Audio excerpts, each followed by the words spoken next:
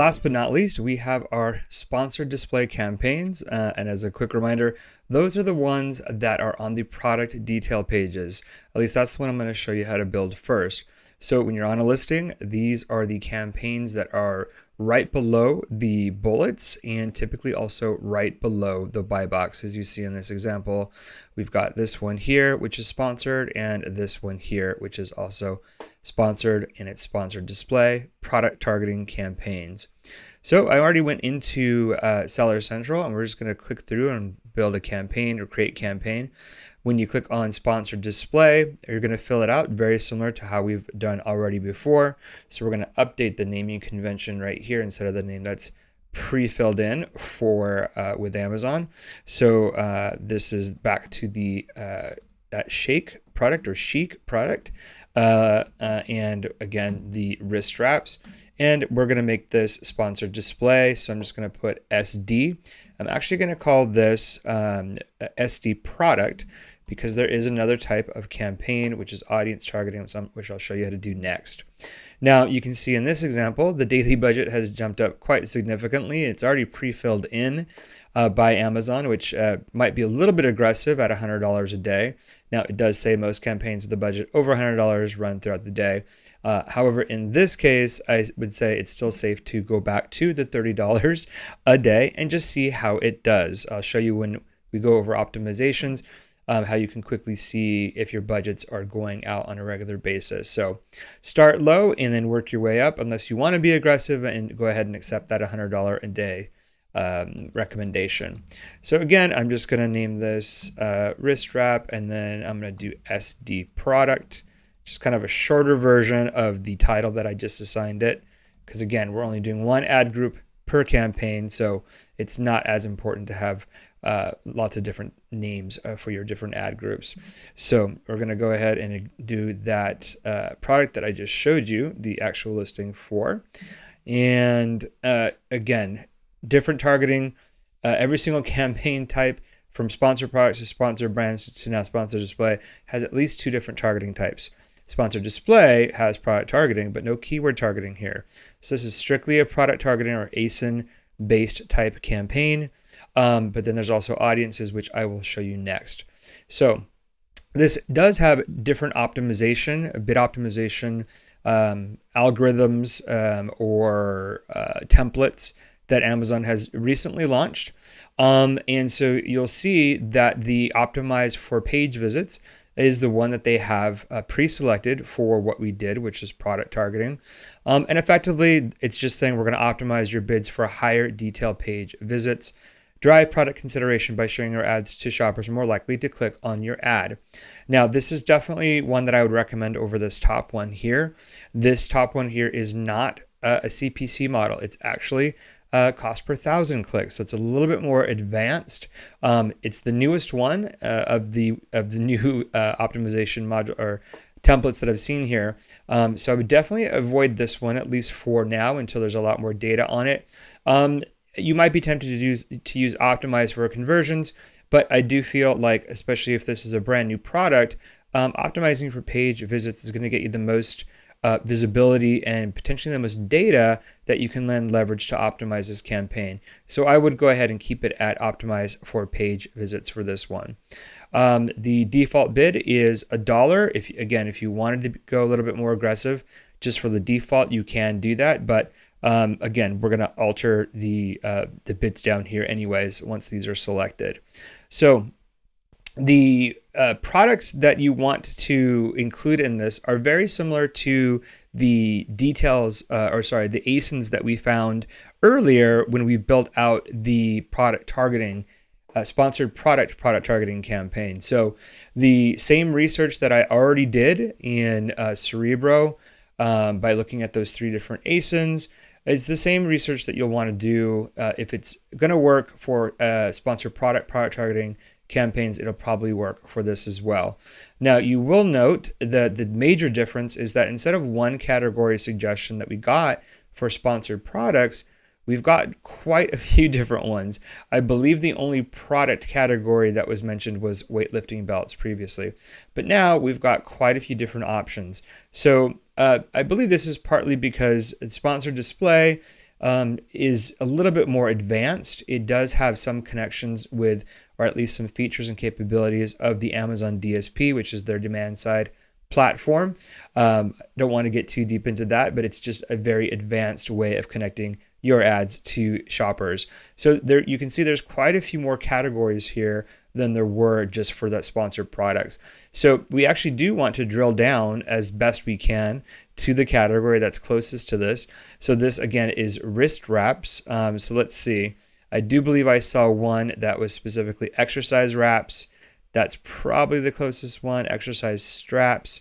Yeah, so I'm gonna go with exercise straps actually, because that's actually really what it is. Always, again, choose refined. Don't ever just click add, because you definitely want to make sure you drill down into these refinements so it's a little bit more, your product's going to be more competitive. So again, if you remember correctly, this product was $25, so I don't want to be seen on anything less than $26. And I also want to be seen only on those product pages that are 4 stars and above, because this is a 5-star product. So that does actually really limit the exposure here. But again, if you're being sensitive with budget, you could go ahead and do that, or you can keep it at 5 stars. And this does actually open it up quite a bit. So actually, I'm going to go ahead and do that. Since this is a 5-star product, it's actually okay to be seen on actual 5-star product pages.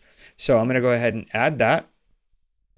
Now you can see that Amazon has already added a category as well, which was at the top before I scrolled down here. See, so this is something new. It's called dynamic segments. You can see it says new right there. This might be something that is worth testing out once there's more data. However, when I see something that's new, I generally try to wait on it to see how things perform. But what this says is your ads will be shown to shoppers who viewed the detail pages of products that are similar to your advertised products. So it's kind of like having complementary products that are detail pages. But I'm pretty confident that between the category that we're just going to add right now, as well as the ASINs, again, that we're also going to add right now, that we don't need that one. So I went ahead and X'd it out right there. And again, I'm also going to add the individual ASINs that I had already done research on for the sponsored products product targeting campaign. So I'm going to add those here. And I'm going to go ahead and click apply all. If you're, again, super sensitive with your budget, you might want to work with some of these. Some of these are higher, $5.26, $4.88. But again, if you want the data as quickly as possible to see what works and what doesn't work, then going with at least the suggested bids at a minimum is how you're going to be able to do that. Now, at the bottom here, you have the ability to customize your creative. If you don't check this box right here, it'll look just like this, just like what you see here: image, the title, and the price. Now, if you do have the ability to add a logo and a headline, just like we did for sponsored brand ads in the previous module, you should go ahead and do that. So let's see. I do think that we have a different logo. So change logo there, edit logo. Now, what Amazon has done recently is have a creative assets section, which you can also pre-fill things into so that everything is here. But I went ahead and I already know that I saved that particular logo in my downloads, as you just saw. So it works fine just like that. As soon as you enter it, you can see now that's the product image, but now it's actually a title as well. So let's see. I'm going to save the crop. That looks like it's pretty accurate there as far as the sizing goes. And again, I already kind of saved a tagline or a headline, so to speak. So let's see if that fits. We've got 50 characters remaining here, 17 characters. So this works. So now it's just a little bit more attention grabbing. You've got the logo and you've got a tagline, so to speak, here to draw the shopper's attention. And again, similar to the sponsored brands campaigns, you can also add a custom image. If I had a custom image, I would do that. This is also still fairly new.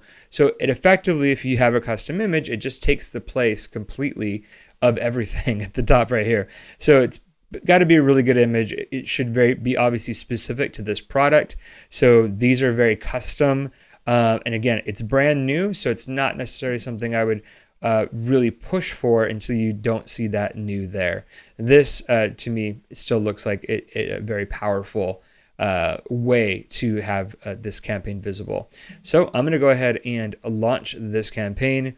Again, we should see the same.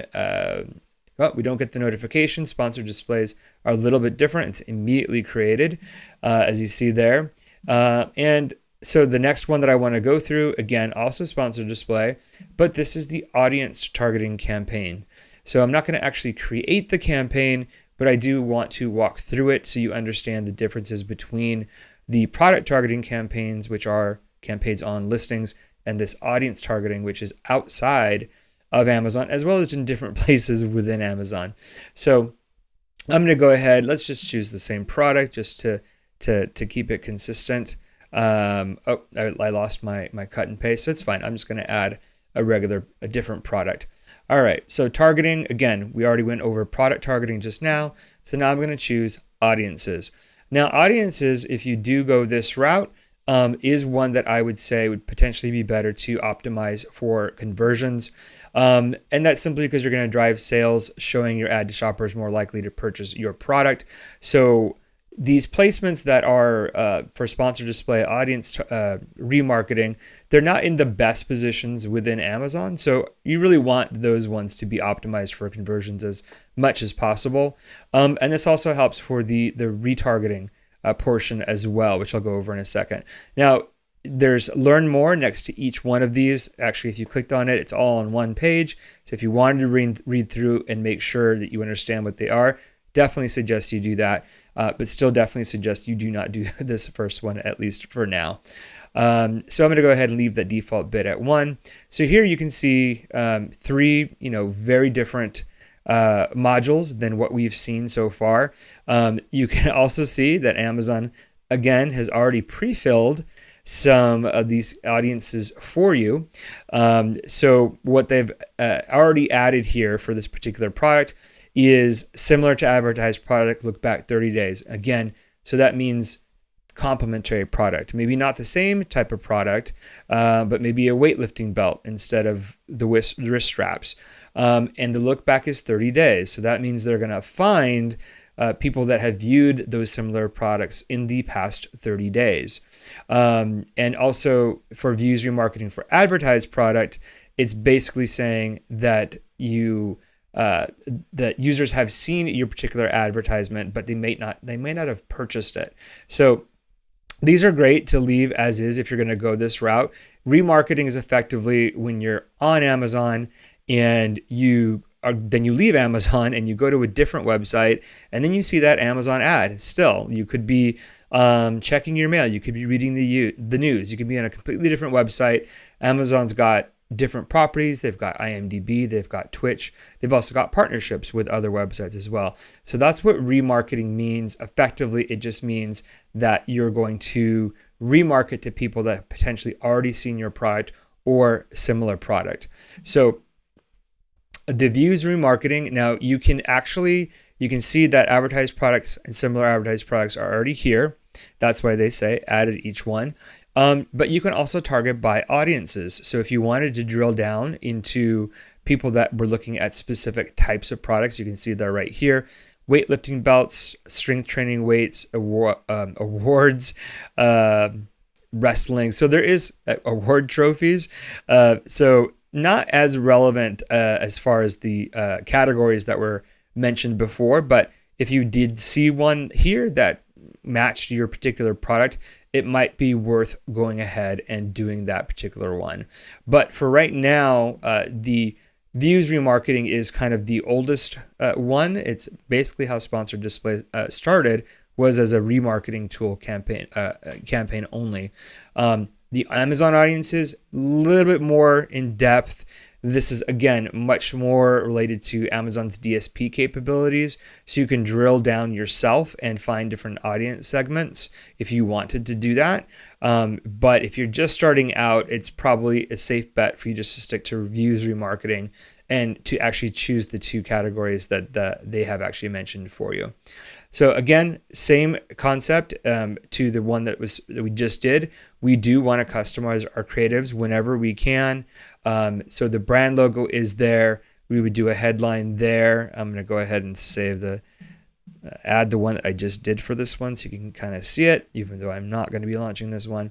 But again, for the campaign placements for this particular one that are inside Amazon, which are not as many as what I just showed you on the product detail pages or on the search results pages, then this is what this particular campaign type would look like.